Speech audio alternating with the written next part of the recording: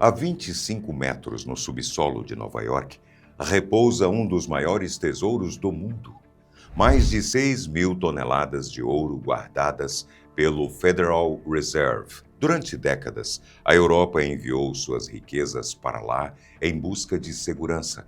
Mas o jogo mudou. Com a atual imprevisibilidade política dos Estados Unidos, os europeus querem seu ouro de volta. Hoje, vamos entender o que motivou essa desconfiança e o impacto disso em todo o planeta Terra. Antes, inscreva-se no canal para ajudar a gente a chegar aos 10 milhões de inscritos. Eu ainda não sei porque você não é inscrito.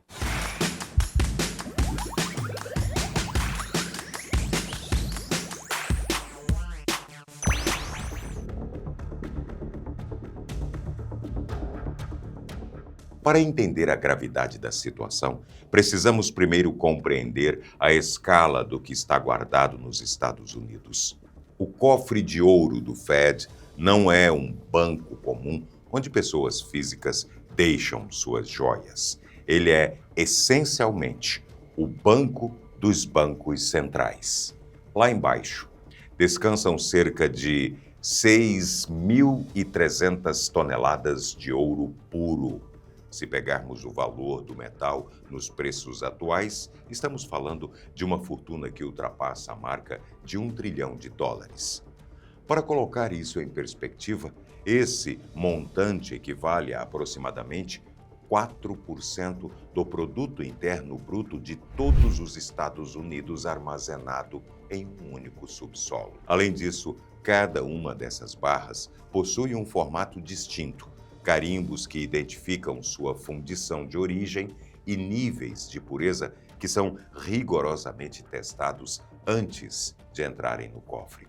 O Fed não apenas guarda, mas audita meticulosamente essa riqueza antes de aceitá-la. Esse ouro não pertence a um único dono.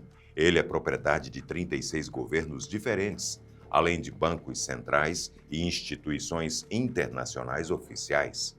Cada barra empilhada naquelas prateleiras representa o esforço econômico de uma nação, o lastro de suas moedas e, muitas vezes, a garantia final de sobrevivência em caso de um colapso financeiro total. O metal amarelo sempre foi o ativo de proteção por excelência. Quando a inflação corrói o valor do dinheiro de papel, ou quando as bolsas de valores despencam devido a tensões geopolíticas, os países olham para as suas reservas físicas para estabilizar a própria economia. E saber que uma fatia tão gigantesca dessa garantia global está concentrada em uma única rua de Nova York ajuda a explicar o tamanho do nervosismo atual.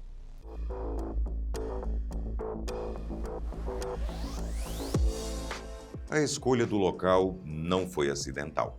O nível de segurança exigido para proteger $1 trilhão desafia a própria engenharia civil. O cofre foi construído na década de 1920 e precisou ser ancorado diretamente na rocha firme da ilha de Manhattan, a chamada Rocha de Manhattan, ou Manhattan Schist, é uma das poucas formações geológicas do mundo capazes de aguentar essa carga.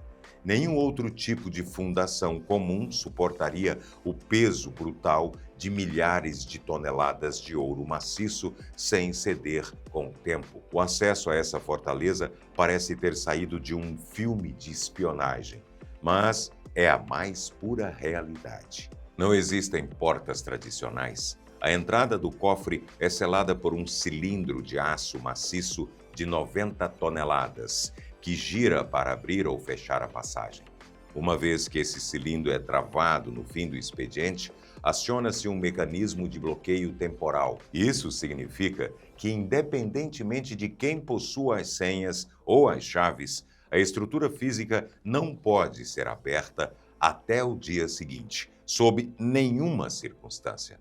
Somado a isso, há um esquadrão de elite de guardas armados, um sistema de câmeras que não deixa 1 centímetro no escuro e a regra rigorosa de que nenhum indivíduo detém todas as combinações para acessar o cofre sozinho. Essa combinação de profundidade, resistência estrutural e tecnologia mecânica tornou o Federal Reserve de Nova York o depósito de ouro mais famoso e respeitado do mundo. Durante todo o século XX, a percepção internacional era unânime.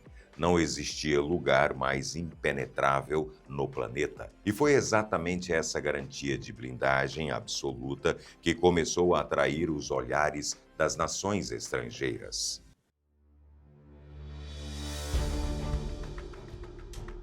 Um detalhe fascinante sobre toda essa operação é o custo. O Federal Reserve de Nova York não cobra um único centavo de aluguel ou taxa de custódia para guardar o ouro de outras nações. A única cobrança existente ocorre quando um país pede para movimentar as barras, seja para entrar ou sair do cofre. Se o espaço é tão seguro e a engenharia é tão complexa, por que os Estados Unidos prestariam esse serviço totalmente de graça? A resposta está na geopolítica. A custódia do ouro sempre foi vista por Washington como um bem público global, oferecido aos aliados de forma gratuita, da mesma maneira que a proteção militar da OTAN ou a adoção do dólar como moeda de referência internacional. Esse soft power, ou poder brando, traduzia-se em vantagens invisíveis.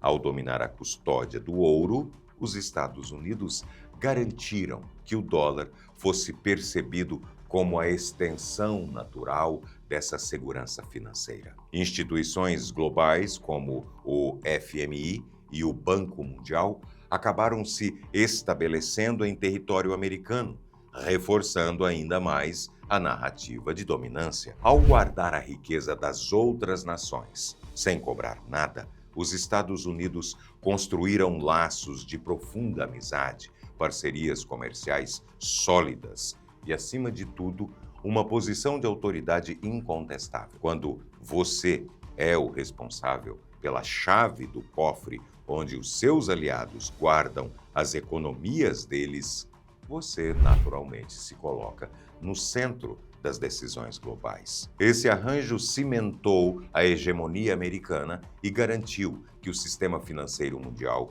girasse em torno de Nova York. Nenhum país entrega o controle físico de suas reservas de bom grado. Essa transferência maciça de ouro da Europa para os Estados Unidos tem raízes muito específicas na década de 1950, em um mundo ainda assombrado pelos traumas da Segunda Guerra Mundial e pelo início da Guerra Fria. Naquela época, a Europa estava se reconstruindo. Países como a Alemanha Ocidental exportavam cada vez mais produtos para os americanos e, como o sistema de Bretton Woods estava em pleno vigor desde 1944, os pagamentos por essas exportações eram feitos em uma combinação de dólares e ouro físico. Transportar milhares de toneladas de ouro em navios ou aviões pelo Atlântico era algo extremamente caro e perigoso. Então, a matemática básica apontava que era muito mais simples deixar o metal repousando nos Estados Unidos, já que o Fed oferecia a guarda gratuita. Além do custo, existia o medo. Havia um pânico real de que a história recente se repetisse, lembrando o período em que tropas nazistas saquearam os cofres dos países invadidos na Europa. Do outro lado estava a cortina de ferro. A ameaça de uma invasão da União Soviética era um fantasma real que assombrava governos europeus todos os dias. Se os tanques soviéticos avançassem pelo continente, qualquer reserva de ouro guardada em cofres locais seria imediatamente capturada pelos comunistas. Para os líderes europeus, dormir, sabendo que suas reservas estavam protegidas a milhares de quilômetros, valia o esforço. A entrega dessas barras para os Estados Unidos foi, na prática, uma apólice de seguro contra a aniquilação total. No meio desse consenso de que os Estados Unidos eram o guardião definitivo, uma voz na Europa percebeu o risco de deixar o futuro do próprio país nas mãos de outra nação. Na década de 60, o então presidente da França, Charles de Gaulle, tomou uma decisão ousada e exigiu que as barras de ouro francesas guardadas no Fed fossem repatriadas de volta a Paris. A repatriação exigida por de Gaulle enviou navios da Marinha Francesa a Nova York para buscar as barras fisicamente em uma operação monumental para aquela época. De Gaulle suspeitava que o líder americano estava perdendo força e que o sistema de lastro em ouro não duraria para sempre. Ele queria a riqueza física no território de seu país, onde ninguém pudesse interferir. O tempo provou que ele estava certo. Em 1971, o presidente americano Richard Nixon encerrou a conversibilidade do dólar em ouro, implodindo as regras de Bretton Woods e desvalorizando o patrimônio de quem confiou cegamente na economia dos Estados Unidos. A França, por ter agido antes, saiu daquela crise em uma posição incrivelmente superior à de seus vizinhos. E a história se repetiu recentemente.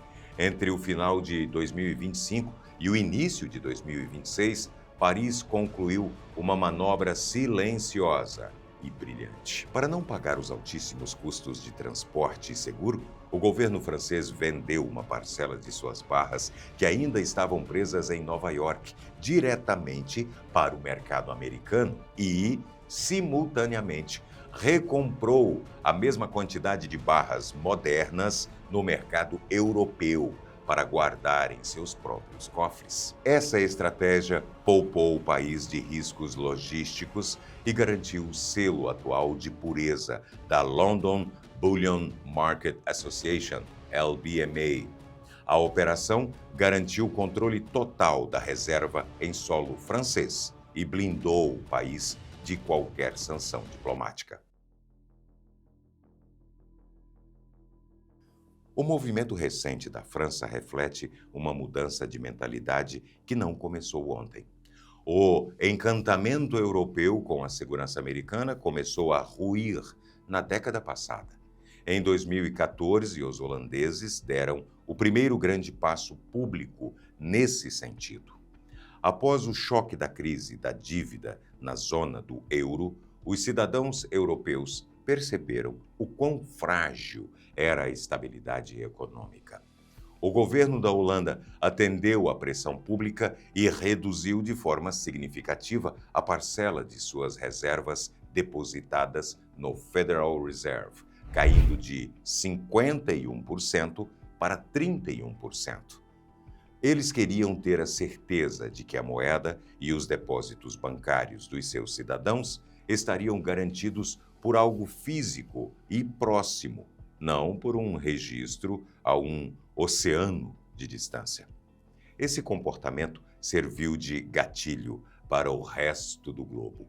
Nações da Europa Central, como a Polônia e a Hungria, também adotaram táticas parecidas nos anos seguintes, aumentando expressivamente suas reservas físicas e exigindo que o metal ficasse em seus territórios para garantir o orgulho e a soberania nacional.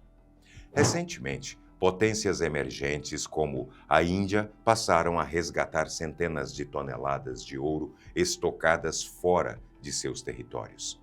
Formou-se um efeito dominó silencioso. Os bancos centrais começaram a entender que, em momentos de extrema instabilidade, contratos e acordos internacionais podem sim ser rasgados. A única garantia real é o controle físico da barra. Se a desconfiança já existia com uma marola, o retorno de Donald Trump à Casa Branca a transformou em um tsunami. Durante muito tempo, a Europa enxergou o Banco Central americano como uma entidade independente do governo, capaz de proteger as reservas estrangeiras sem ceder a pressões políticas do presidente em exercício. Esse pilar ruiu por completo. A sintonia entre Washington e os seus antigos aliados foi substituída por tensões constantes. Disputas abertas sobre tarifas comerciais, atritos diplomáticos sobre a soberania de territórios aliados e posições unilaterais em conflitos no Oriente Médio criaram um ambiente de nervosismo insuportável para os europeus. A percepção de que a política americana pode ser armada contra seus próprios parceiros comerciais tornou o clima quase tóxico. Para piorar, a blindagem institucional do Federal Reserve foi atacada. Em uma escalada sem precedentes, o presidente americano passou a pressionar abertamente Jerome Powell, o chefe do Banco Central, para forçar decisões sobre taxas de juros. O conflito chegou ao ponto do Departamento de Justiça abrir uma investigação criminal contra Powell, sob acusações de que o executivo tenta aniquilar a autonomia da instituição. Analistas financeiros alertam que, se a confiança na independência do Fed cair, o mercado de títulos e moedas pode entrar em colapso, precificando instantaneamente essa instabilidade. Para os governos estrangeiros que têm bilhões trancados lá dentro, a mensagem é aterrorizante. Se a maior autoridade monetária do país perdeu sua independência e está sofrendo pressões diretas da presidência, quem garante que as regras do cofre não serão alteradas do dia para a noite por um simples decreto?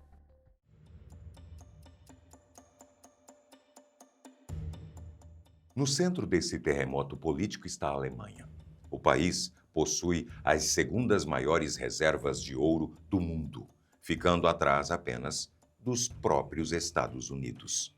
Estima-se que mais de 1.200 toneladas do ouro alemão, o equivalente a impressionantes 200 bilhões de dólares, ainda estejam paradas nos porões da Liberty Street, em Nova York. Dentro da Alemanha, a pressão pelo resgate dessas riquezas chegou a um limite crítico em 2026. Emanuel Monk, pesquisador de alto nível e voz respeitada no cenário econômico alemão, declarou abertamente que a atual situação geopolítica torna extremamente arriscado manter um volume tão absurdo de ouro exposto em solo americano. Trazê-lo de volta virou uma questão de independência estratégica e segurança nacional. Isso reavivou a famosa campanha pública Repatriem nosso ouro. Holt unser Gold heim. Alemão é isso, que começou como um experimento de cidadãos comuns preocupados e hoje pauta pesadamente os debates no parlamento. Associações de contribuintes e importantes nomes da política alemã compartilham o mesmo pânico. O povo alemão, historicamente traumatizado pela hiperinflação da República de Weimar, enxerga o ouro como a âncora absoluta e indiscutível de sua instabilidade. O temor central é que a imprevisibilidade do atual governo americano acabe usando essas reservas como forma de chantagem diplomática.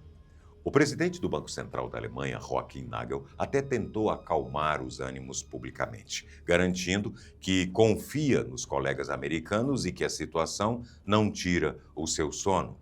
O problema é que, do outro lado do Atlântico, nenhuma autoridade americana do Fed ou do governo fez questão de reafirmar essa segurança.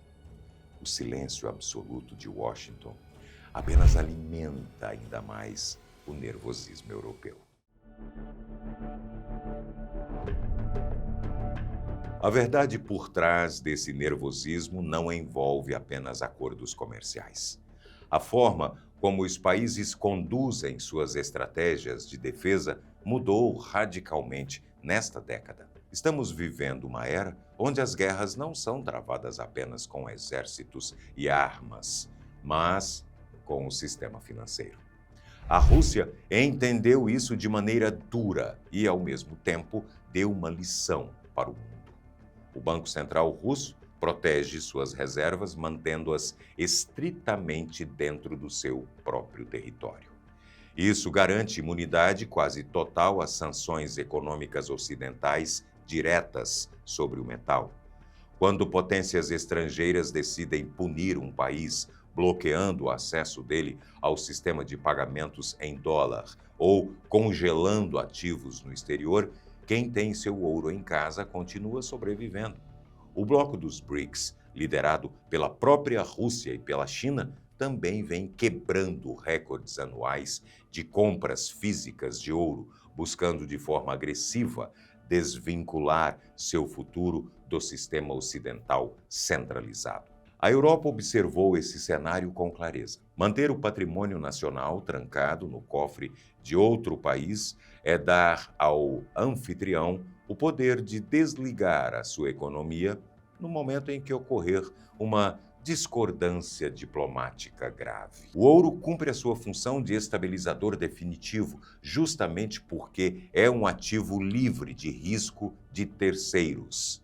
Se você precisa da autorização de outro governo para acessá-lo, ele deixa de ser um porto seguro e se torna uma armadilha letal para a própria economia. O peso de uma barra guardada no seu próprio quintal tornou-se o escudo soberano absoluto.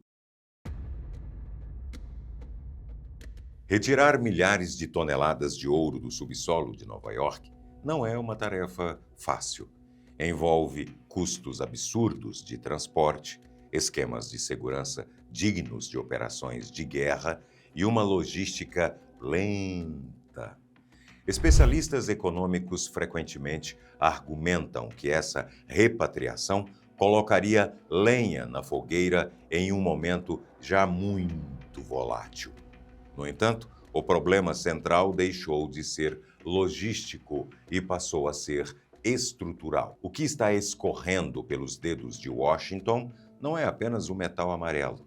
O que está desaparecendo é o bem mais valioso de qualquer sistema financeiro: a confiança absoluta. A era do sistema financeiro unipolar, onde todos acreditavam na benevolência de um único grande guardião, está dando lugar a um cenário estilhaçado e cada vez mais multipolar. Como apontou a economista Barry Eichengreen, o atual governo americano demonstra não acreditar mais que deve prestar serviços globais gratuitamente.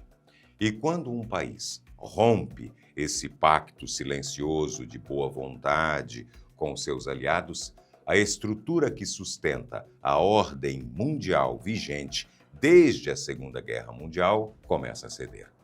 Cada movimento de repatriação demonstra que o comércio livre de preocupações está morrendo. O Federal Reserve abrigou o dinheiro do mundo porque o mundo acreditava nos Estados Unidos. A partir do momento em que nações amigas sentem a necessidade urgente de resgatar seu patrimônio por medo do próprio guardião, a fundação do dólar e da diplomacia americana perde força. Como resumiu Christine Lagarde, presidente do Banco Central Europeu, existem momentos na história em que os alicerces que pareciam inabaláveis começam a tremer. E o cofre mais seguro do mundo, hoje, é o epicentro desse tremor. Você quer apoiar o nosso trabalho? Torne-se membro e faça parte da comunidade mais curiosa do Brasil. Escolha o nível Compre um Cafezinho por R$ 3,99, ganhe destaque nos vídeos e apoie o canal. Beleza? Super fácil, é só clicar aqui embaixo. O que parecia ser apenas o cofre mais seguro da Terra tornou-se o retrato de uma nova era geopolítica. A Europa, que antes confiava cegamente a sua riqueza a Washington, agora corre para se proteger. A pressa por esse ouro físico nos prova que uma ordem econômica mais desconfiada já bate à porta. E você, traria as reservas do seu país de volta? Comente aqui embaixo, deixa seu like e inscreva-se aqui no canal. E até o próximo vídeo.